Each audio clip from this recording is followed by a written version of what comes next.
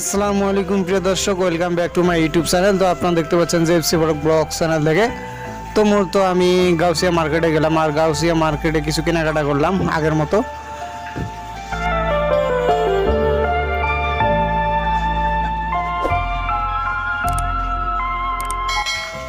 তো অবশ্যই আমরা কোরবানি ঈদের ছুটি পাবো সকলে।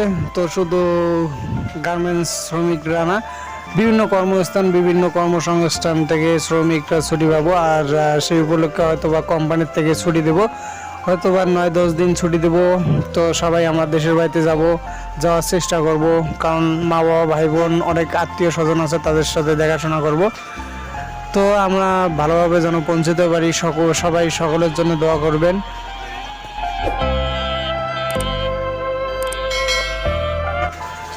তো অবশ্যই চ্যানেলটা সবাই সাবস্ক্রাইব করবেন, সাবস্ক্রাইব করে পাশে থাকবেন।